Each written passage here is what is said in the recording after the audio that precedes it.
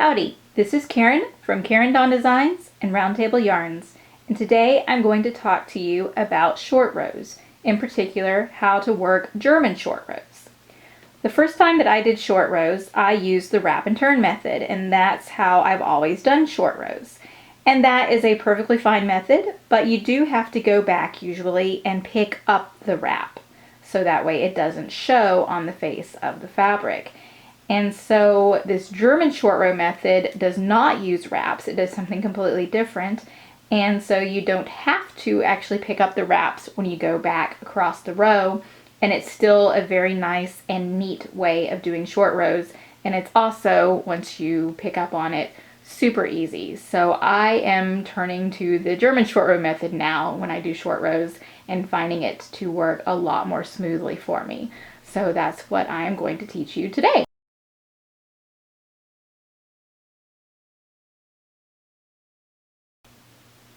So what I've done is I've cast on some stitches and I have knit 2 rows. So I've got a garter stitch base. German short rows work really well in garter stitch. They can work in other stitches, stockinette, ribbing, and whatnot. But just for the purposes of this demo, I'm going to use a garter stitch base.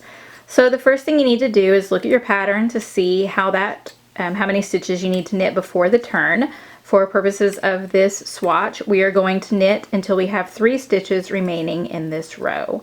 So I'm going to continue knitting across until I get to those final 3 stitches, and then I will show you the magic of the German short row turn. Sorry, that sound is the cable of my needle hitting the tripod of my camera. Try to minimize that sound. Okay, here I am. 3 stitches from the end of my row. So what you want to do is do not work those 3 stitches. You want to turn your work around. So here you go. Turn your work around. Make sure that your yarn is in the front. Then you take your right hand needle, insert it into this first stitch purlwise, and slip it off the needle. So you haven't actually worked the stitch, you've just slipped it. Now your yarn is in front, you want to move it to the back. You need to move it up and around the needle. Do not go around like this. It's very important that you've got your yarn in front and you move it up and around. This is what creates the turn. So what you've done is you've made this 1 stitch into what looks like 2 stitches, but I want you to keep in mind that this really is still 1 stitch. It just has 2 legs. So it looks like an upside down V from this angle. So you've pulled up and around. So technically your yarn is in the back and you're ready, just like you would normally do with your yarn in the back, to continue knitting. So that's what I'm going to do. I'm going to go back across this row and I'm going to once again knit until I have 3 stitches from the end of the row. I am using this German short row method in a collection of shawls, which is the Gawain Shield shawl collection. It has 5 shawls in it, and all of them use short row shaping, and the German short rows will make it very simple and easy to actually execute the bodies of those shawls. So almost there, just a little bit more, 1 more stitch. And now I have 3 stitches before the end of my row, and I'm going to do the exact same thing that I did before. Don't work those stitches, just turn your needles around. Make sure your yarn is in the front. Slip this stitch purlwise from the left needle to the right needle. Now you want to get your yarn from the front to the back just by pulling and lifting over the top of the needle, creating this upside down V. Still 1 stitch, but now it has 2 legs. Now your yarn is back in the back and you can go back and knit this way across the row. Now this time, instead of saying you're going to knit so many stitches before the end of the row, usually the pattern will say knit so many stitches until you get to the previous turn stitch. So we're going to stick with the 3. That's a nice even number to remember. And we're going to knit until we have 3 stitches before the turned stitch. So to show you where that turn stitch is, see this stitch right here that now looks like a right side V? This is your turn stitch. It is 1 stitch and it has 2 legs. So we need to knit until we have 3 stitches after that. So 1, 2, 3, which means I need to knit 2 more until I get to the right spot for the next turn. Okay, so here I am. And there's my V, that's my turn stitch, and then I have 1, 2, 3 stitches, so I'm ready to make another turn. Again, turn the work around. Make sure your yarn is in the front. Slip the stitch from left to right. Now pull the yarn up and over, creating that upside down V, and then knit back across. And once again, we're going to be looking for that turn stitch, and we're going to make yet another turn, 3 stitches from that turn stitch. So let's take a quick pause. Okay, there's my turn stitch. You can see the V. So 1, 2, 3, that means once again, 2 more stitches until I get there. 1, 2. Okay, so checking it out, there's the V. 1, 2, 3, we're ready to make another turn. So turn the work around, yarn is in the front, slip the stitch, pull up and over, and we're ready to knit the other way. And now we want to knit all the way across to the end of the row, and as we get to each of those turns, those V's, we're going to just knit it as if it's 1 stitch. So both legs will be knit together as 1 stitch. So let's knit until we get to one of those turn stitches. And you can kind of feel it in your thumb a little bit because it's got a bit of a bump.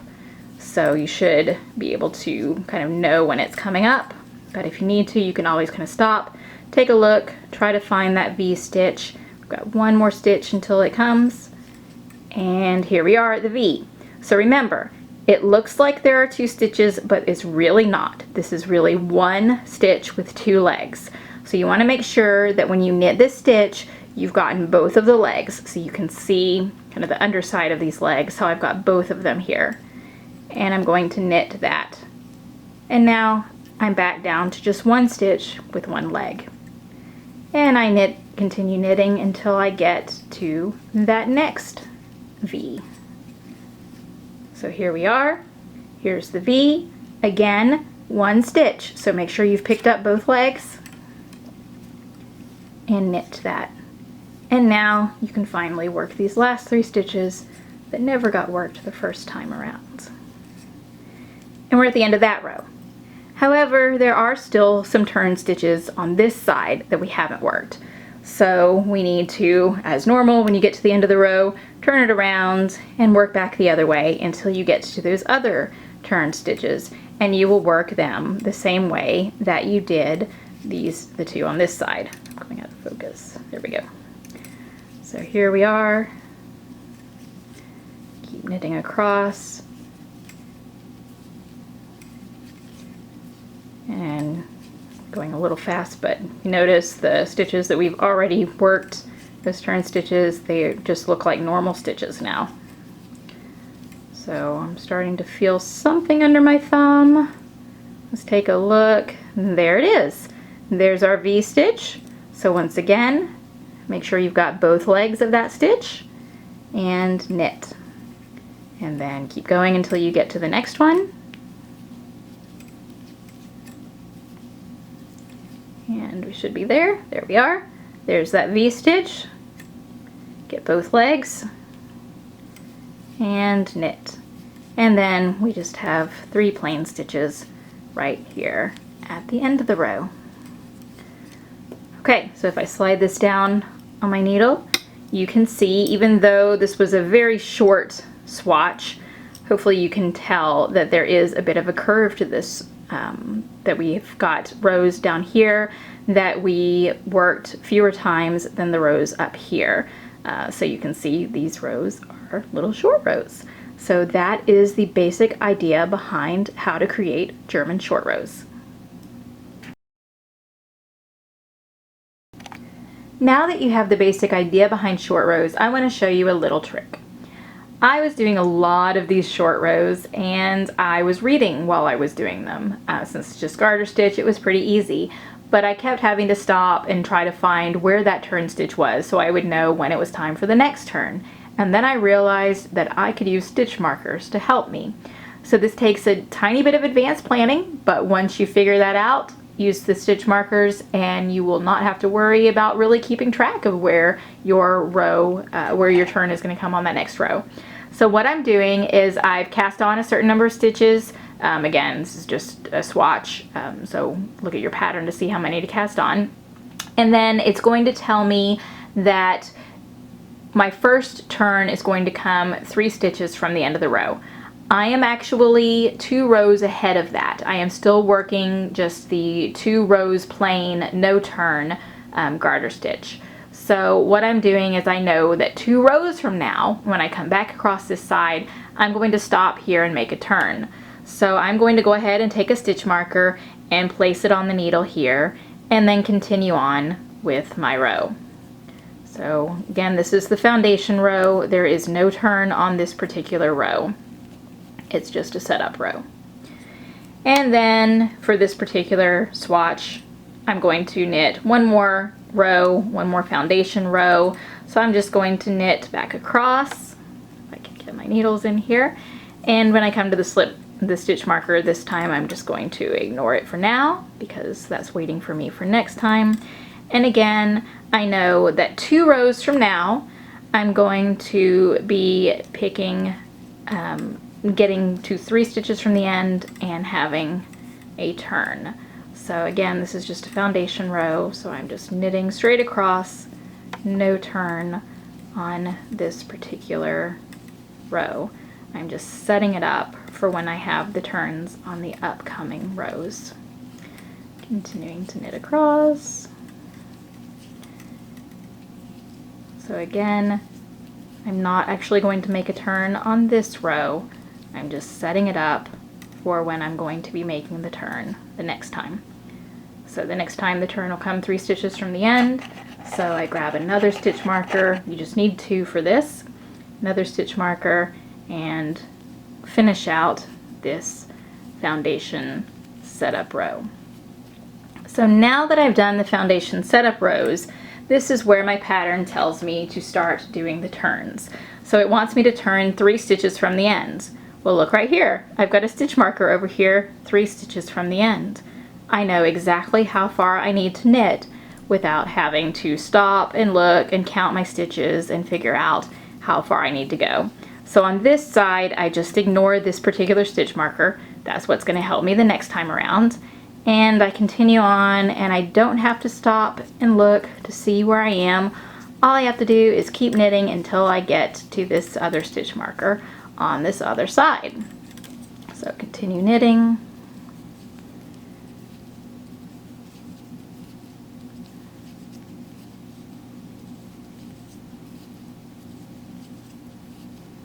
Knit, knit, knit. See, I don't have to stop. I know I haven't gotten to the stitch marker yet. I could just be reading or doing whatever, not really having to pay much attention until, bam, there's the stitch marker. I am 3 stitches from the end. I know that I want to turn here. So I take the stitch marker off. I go ahead and execute my turn. So turn it around, yarn in the front, slip the stitch back over here, and then pull up, and now I'm ready to continue knitting. But what we want to do, I've knit 1 stitch, is we want to set up the stitch marker for the next time we come around to this side.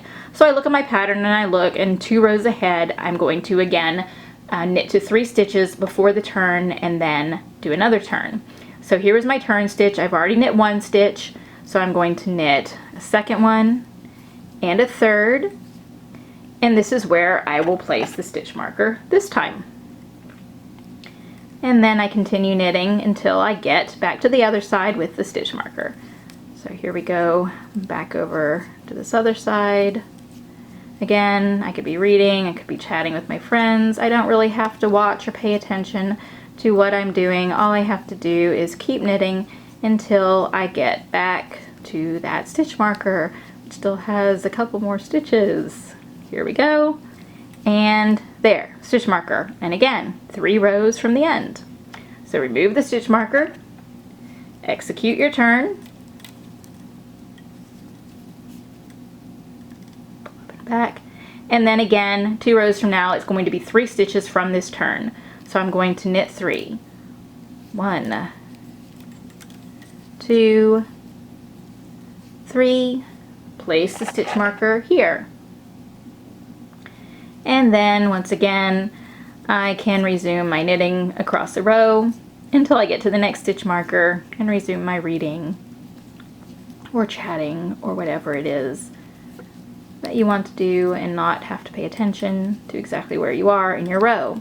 And then here I am at the stitch marker. I can remove the stitch marker and know that it's time for the turn. If you want to double check yourself, there you can see the V, and then I've got 1, 2, 3 stitches, so it's time to make this turn. And so make sure your yarn is in the front, slip, turn, and again the next turn is going to be 3 stitches from here, so 1, 2, 3, place the stitch marker, and then knit back across until you get to the stitch marker on the other side. And there it is. You can remove it. If you want to double check yourself to be sure, there's the V, there's the turn stitch, and 1, 2, 3 stitches. We're ready to make a turn. Again, yarn in front, slip, pull it around to the back. And this time on this swatch, we're kind of out of stitches in the middle, so you know that we don't really need to place a stitch marker for the next one. Here we are. Again, for purposes of the swatch, we'll go ahead and make the turn here. There's that turn stitch, the V, 1, 2, 3, exactly where our stitch marker told us to stop. And you can go back and make yet another turn. And then here is where, at least in this swatch, we would be knitting across and making sure that when we get to the turn stitches, we pick up both legs of that V and knit them together as one. And then you would continue across the row and then go back and do the other way and knit all of those turn stitches. So there you go. There's a little tip using stitch markers to help you count for where the next turn is going to be. Hopefully you found that helpful.